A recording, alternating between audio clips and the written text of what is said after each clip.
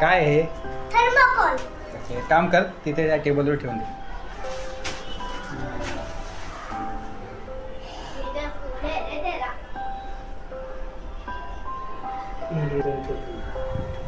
काय गणपती आहे? थांब. गणपती सरळ ठेव. बरोबर.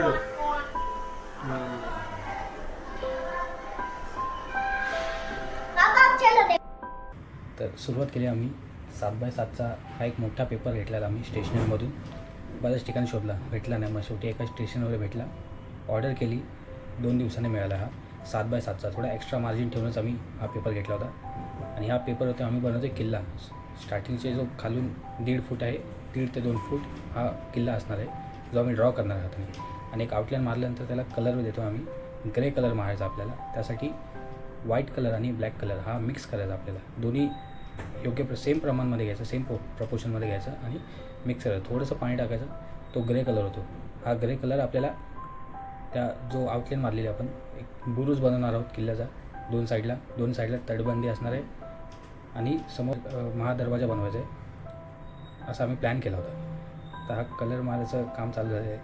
पेंटर बसलेले आहेत आणि खाली थोडं जो आहे पोर्शन सोडला आहे, तो खाली एक फोल्ड होईल.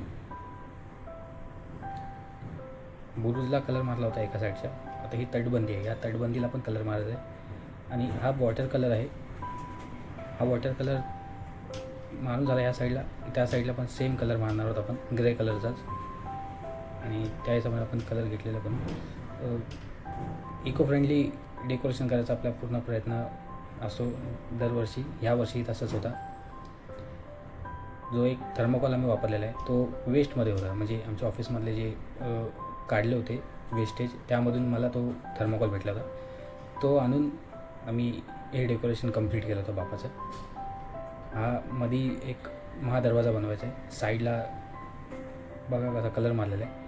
आणि मध्ये महादरवाजा बनवून खाली जो पॅसेज व्हाईट कलरचा सोडलेला आहे तिथे आम्ही शिडी बनवणार असं आम्ही ठरवलेलं. इथे असं शिडी बनवायची आणि मग मध्ये इथे उमरा बनवतो आपण.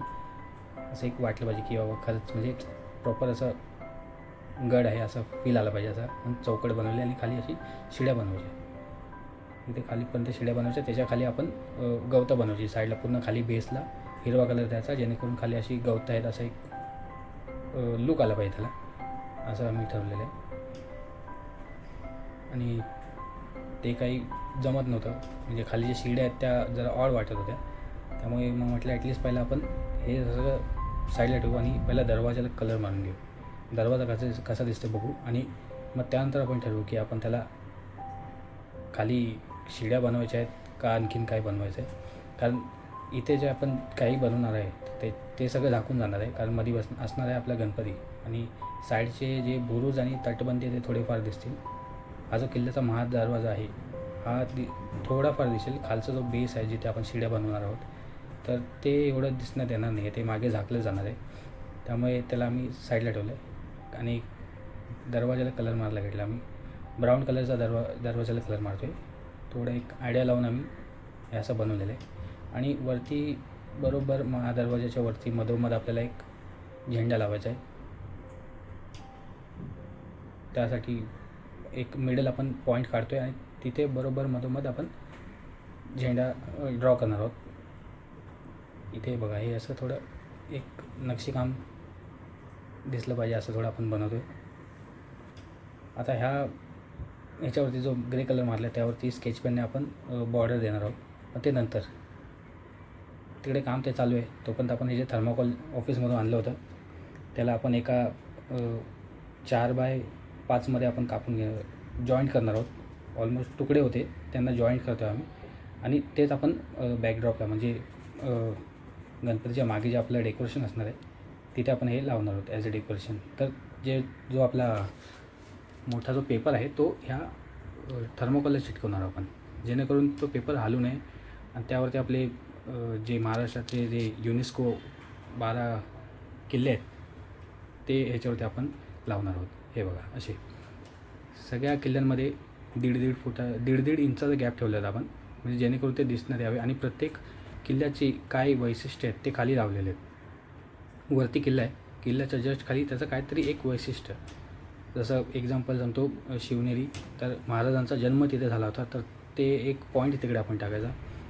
आणि असे सगळे किल्ले आहेत. या सगळ्यांचे किल्ल्याचे काहीतरी एक वैशिष्ट्य जे आपल्याला आवडतं आणि जे चांगले आहे, जे लोकांनाही आवडेल बघायला, असे एक वैशिष्ट्य त्या ह्याच्यावरती लावलेलं आहे.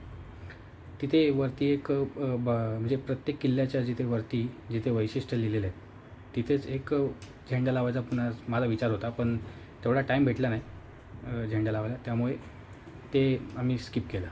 बघा सगळ्यांमध्ये आता इथे वरती पण सगळ्यांमध्ये इक्वल जागा सोडलेली आहे, जेणेकरून ते बरोबर अलाईन व्हावं, कुठल्याही पुढे मागे किंवा वर खाली दिसू नये.